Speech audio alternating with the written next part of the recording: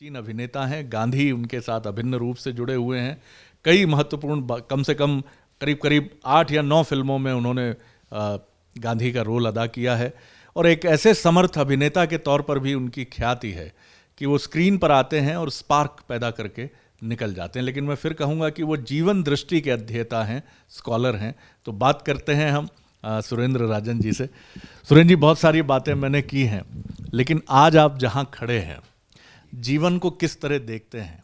और कई बार जब हम जीवन को खोजने निकलते हैं तो हम छोड़ना नहीं चाहते, हम शर्तों में पाना चाहते हैं। मुक्ति की भी हम कामना करते हैं, मोक्ष की भी कामना करते हैं। तो हमारे लिए ये वैसा ही होता है कि ये ले लीजिए, मोक्ष दे दीजिए। हाँ, वो तो आप भी देख रहे हैं और मेरा भी, और हम सब लोगों का अगर बारीकी से देखें समाज में, तो ज़्यादातर एक व्यापार घुसा हुआ है सब जगह, हमारे व्यवहार में और हमारे घर में भी, और हमें पता नहीं चल पाता है। जैसे पिता अपने बच्चों को पढ़ाई लिखाई में मदद करते हैं, उनको बड़ा करते हैं, फिर उनकी शादी ब्याह करते हैं। फिर जब वो बूढ़े हो जाते हैं तो सोचते हैं कि अब इनको हमारे लिए करना चाहिए, और अगर नहीं किया तो वो कहते कि हमने तुम्हें इतना बड़ा किया, तुम्हें पढ़ाया लिखाया, तुम पर इतना खर्चा किया, और तुम हमारा ख्याल नहीं रखते। तो ये कहना ही अपने आप में एक व्यापार है। हमने तुम्हारे लिए किया था तो तुम हमारे लिए। इसी तरह से हम शादी ब्याह में जाते हैं, किसी की सालगिरह पे जाते हैं, तो ये देखा जाता है कि साहब ये आए थे तो इन्होंने कितना बड़ा गिफ्ट दिया, उन्होंने कितना दिया, और हम जब गए थे तो हमने तो ये दिया था। तो व्यापार इतना घुस गया और हमें पता ही नहीं लग पाता कि ये है।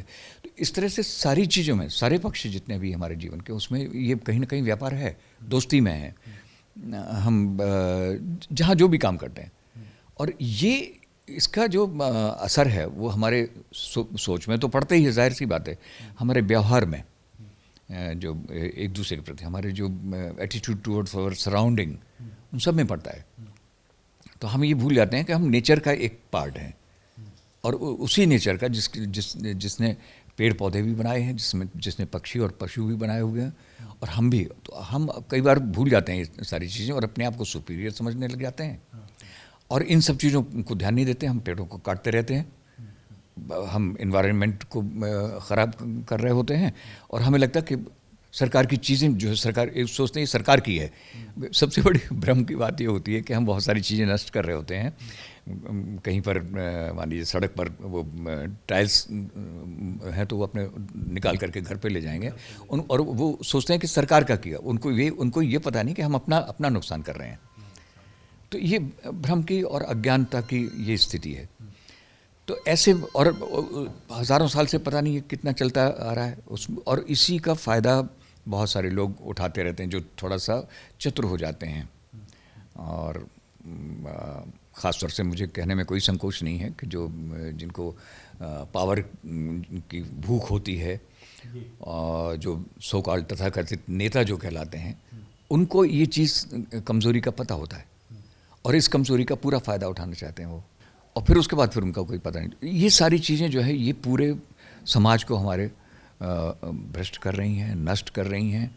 तो इन सब चीज़ों से कई बार विरक्ति होती है, और जब हम अखबार पढ़ते हैं, न्यूज़ देखते हैं, तो बहुत तकलीफ़ होती है, और फिर लगता है कि हम तो कुछ कर ही नहीं सकते। तो असहायता का एहसास होता है।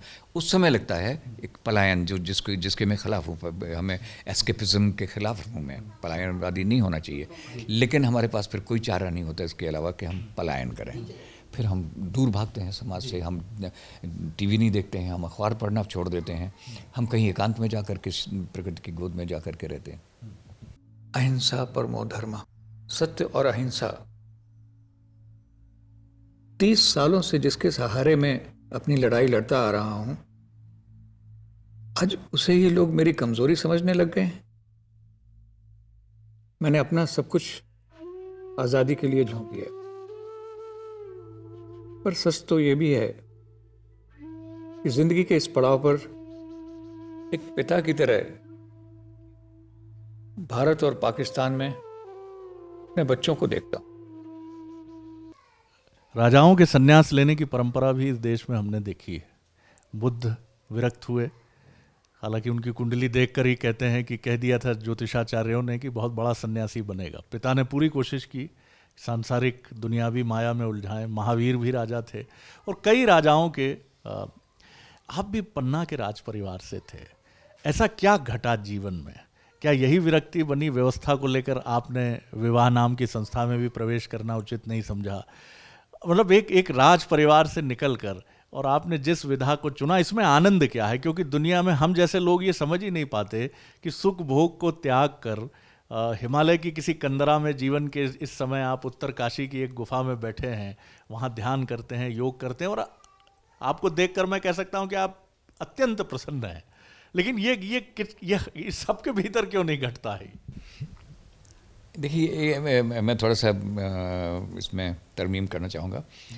राज परिवार से ये कहा जाता है, और पता नहीं कहाँ से शुरुआत हो गई। और मेरे जो दादा परदादा थे उनके 2-3 गांव थे और बहुत बड़े जमींदार थे। लेकिन जैसे ये राजा कहे जाते हैं कि पन्ना के राजा, फलाने जगह के महाराजा जो स्टेट्स हुआ करते थे, उनसे मेरा डायरेक्ट कोई संबंध कभी भी नहीं रहा है, और मैंने उन सब चीज़ों के बारे में ध्यान भी नहीं दिया है। मुझे इतना मालूम है कि मैंने कभी भी नहीं सोचा कि ये साहब अब इज्जत थी बहुत, इसमें कोई शक नहीं है। और उन दिनों 1939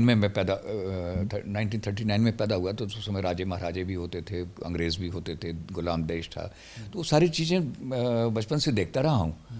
और अरे आप तो हुजूर बड़ी ऊंची चीज़ हैं वो सब, लेकिन मेरा उन सब चीज़ों में ध्यान नहीं था। मैं कहीं गाना बजाना हो रहा है, चाहे कहीं ढीमरों का है, कहीं धोबियों का है, तो जो फोक जो डांस होते थे, फोक जो सॉन्ग्स होते थे, ड्रम्स होते थे, उनकी बीट्स होती थी, उसमें इंटरेस्ट था मेरा। फिर नेचर को देखना कि तितली कैसे वो लार्वा से प्यूपा और इस तरह से बनती है, या किसी चिड़िया ने अंडे रखे हुए तो अंडे कैसे निकलते हैं, पेड़ एक बीज बो दिया तो उससे इतना बड़ा पेड़ कैसे हो जाता है, कैसे कैसे, तो उसको वॉच करना।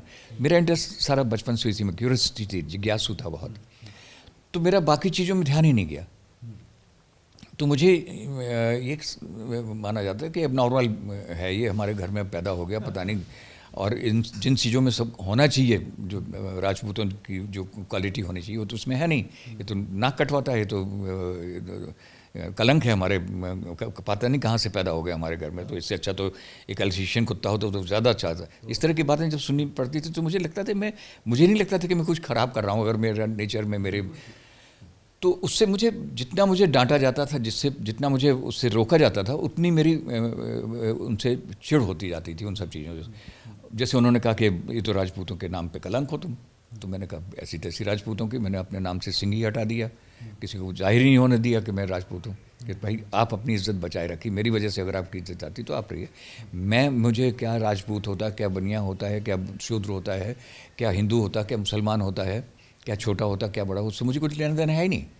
मैं तो उम्र का जो फ़र्क किया जाता है कि अरे अभी तुम तो कल के बच्चे हो और मैंने दुनिया देखी है, बाल सफ़ेद धूप में नहीं हुए, मुझे बचका नहीं लगती ये सारी बातें। मैं तो इस पर भी विश्वास नहीं करता। ये भी भेदभाव है, जैसे कि तू हिंदू है, तू मुसलमान है, तू शूद्र है, तू वैसे ये भी है कि तू अभी कल का बच्चा है।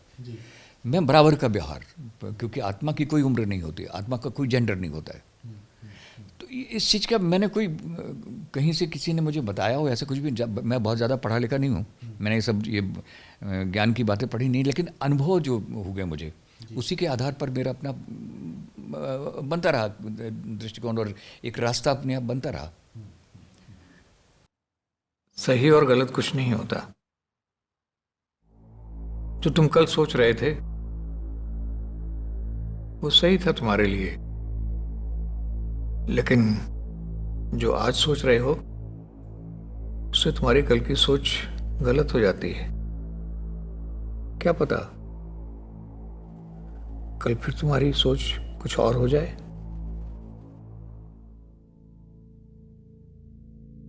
सही और गलत एक दृष्टिकोण है नाथुराम, ये समय और परिस्थिति पर निर्भर करता है। हरिवंश राय बच्चन जी की एक पंक्ति है, पाप हो या पुण्य हो कुछ भी किया नहीं मैंने आधे हृदय से। तो कुछ यही फिलॉसफी आपकी रही है। बाकी मैंने सोचा नहीं कि मुझे वो ये मोक्ष पाना है, या मुझे बड़ा स्पिरिचुअल बनना है, या मुझे बहुत बड़ा आर्टिस्ट बनना है, या मेरा ख्याति होनी चाहिए, मेरा इतना बंगले होना चाहिए, इतना पैसा होना चाहिए, उसके बारे में कभी नहीं कहा। मेरा बहुत ही सिंपल सा रहा है शुरू से, जो मैं खुद अपने बारे में जान पाया कि मुझे, जब हम इस संसार में आए तो हमें एक पीरियड मिला इसमें रहने के लिए, जिसको हम उम्र कहते हैं। दूसरी चीज़ है हमारे सेंसेस जो हमारे हैं वो मिले हमें कि, और ये मेरा मानना ये है कि इतने पीरियड में जितने हम इस संसार में है, उनका मैक्सिमम इस्तेमाल करना है अपने सेंसेस का, और उनको और जैसे मिले हैं उनको और रिफाइंड भी करना है। तो इसके अलावा कुछ मेरी कोई फ़िलॉसफी है, ना मेरा कोई उद्देश्य है, ना मेरे कोई आदर्श हैं। सिर्फ इतना है कि अपने जो सेंसेस मुझे मिले हैं उनको और बेहतर बनाना और फाइन करना और उनका मैक्सिमम इस्तेमाल करना। तो वो जब मैं अकेले बैठा होता हूँ, बादलों को देख रहा होता हूँ तो आनंद ले रहा होता हूँ, और ये करते करते हुआ ये है कि अब मुझे कुछ करना नहीं पड़ता है। आनंद की स्थिति में होता, कई बार लगता है कि शौक ये लगता है कि मैं कभी कभी परेशान भी तो हुआ करता था, अब परेशानी पता नहीं कब से परेशानी नहीं हुई है। तो लगता है कि शौकिया कभी परेशान होना चाहूँ तो नहीं हो पाता। अगर कोई चोट लगती है तो लगता है कि शरीर को लगी हुई है, और किसी ने गाली दे दी तो मैं हंसता रहता हूँ कि मुझसे, मैं अगर लूँगा तो मुझे मिलेगी। तो अब मुझे इन सब चीज़ों से कोई फ़र्क नहीं पड़ा। तो वो एक आनंद की स्थिति, चाहे मुझे पैर में चोट लगी हो, चाहे दर्द हो रहा हो, चाहे बुखार चढ़ा हो, वो आनंद की स्थिति में कोई फ़र्क नहीं पड़ता है।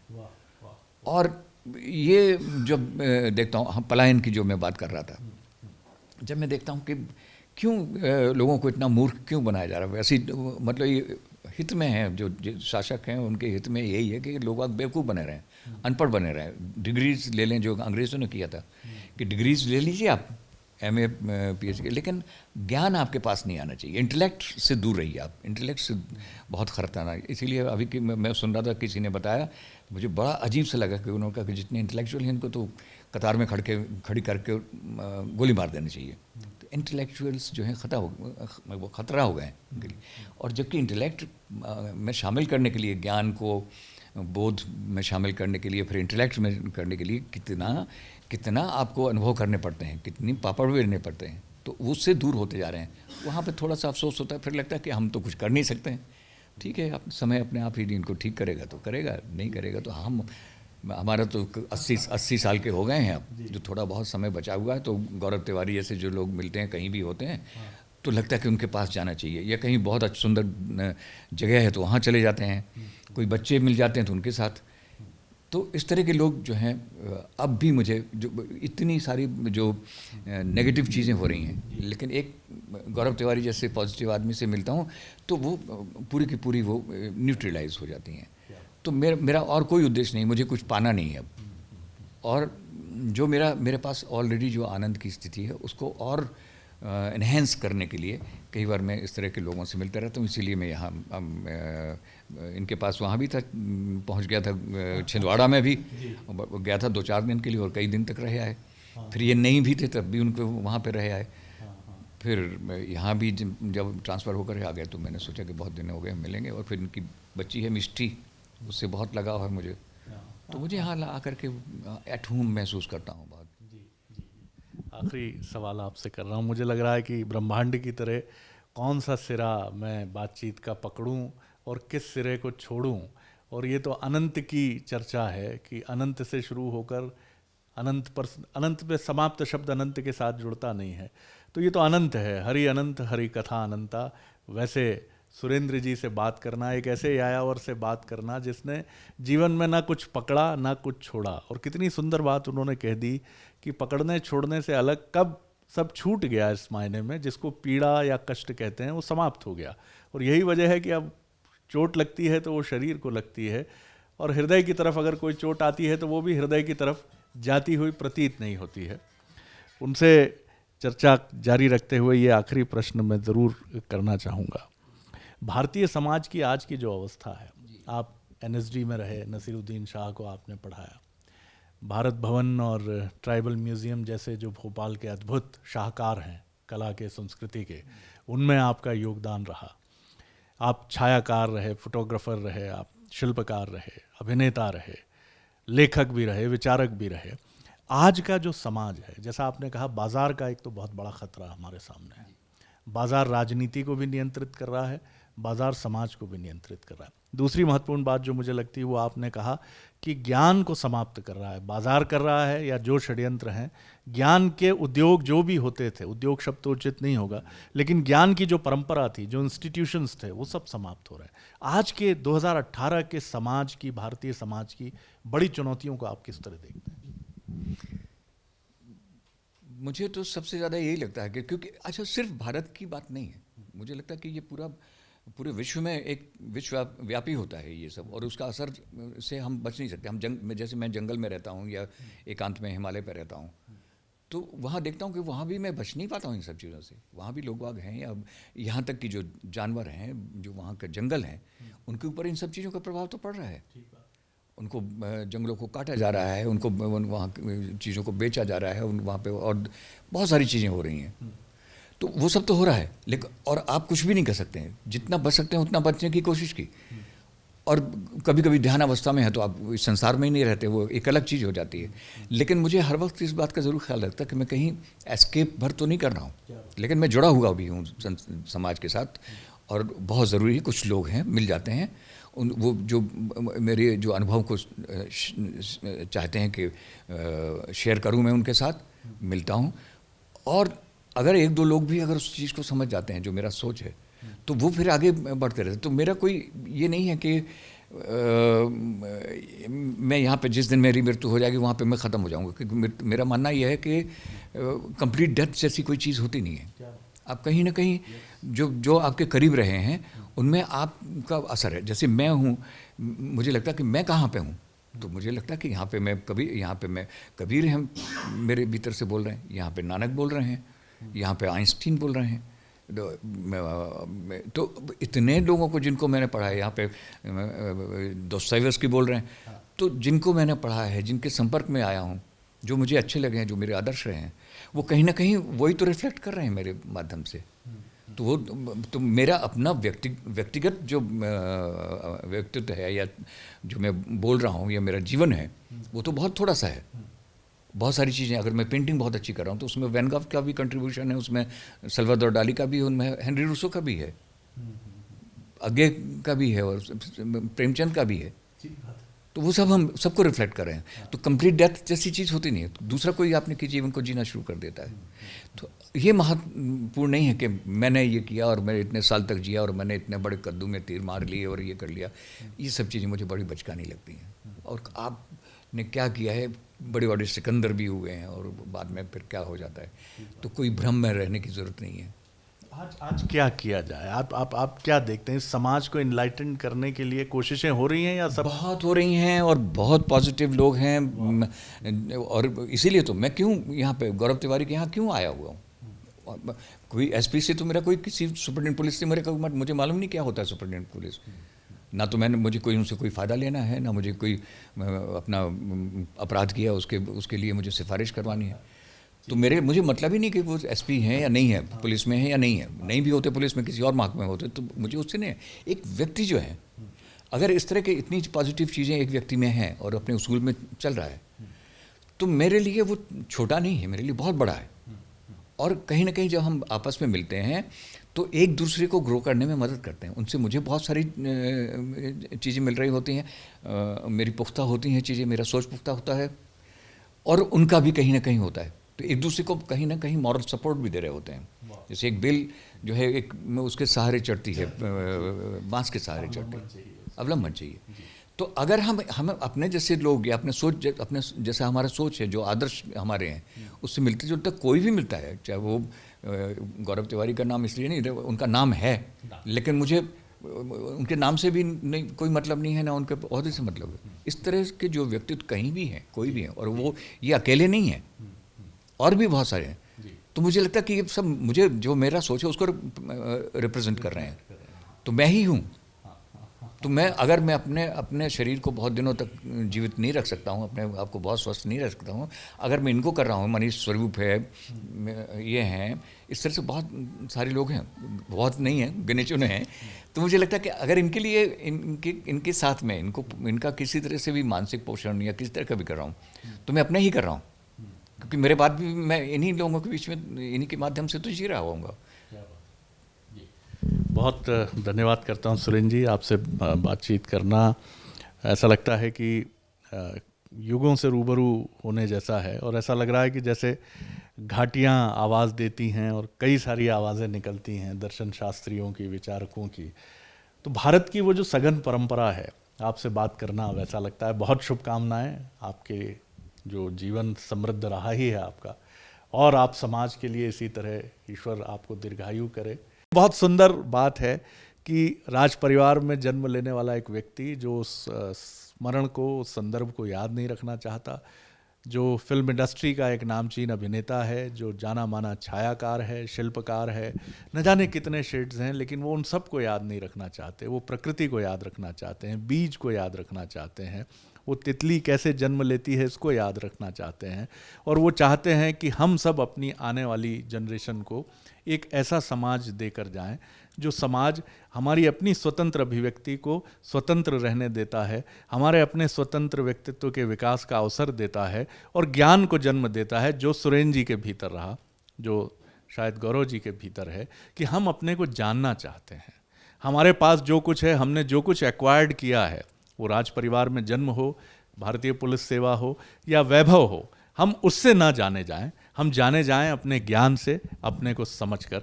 मुझे उम्मीद है कि ये अलग तरह की बातचीत हम में से बहुत सारे लोगों को या कुछ ही लोगों को प्रेरित कर पाएगी। तो ये जो मिशन प्रकृति है, ये मिशन प्रकृति इसी तरह चलता रहेगा। कैमरामैन आशीष के साथ शरद द्विवेदी।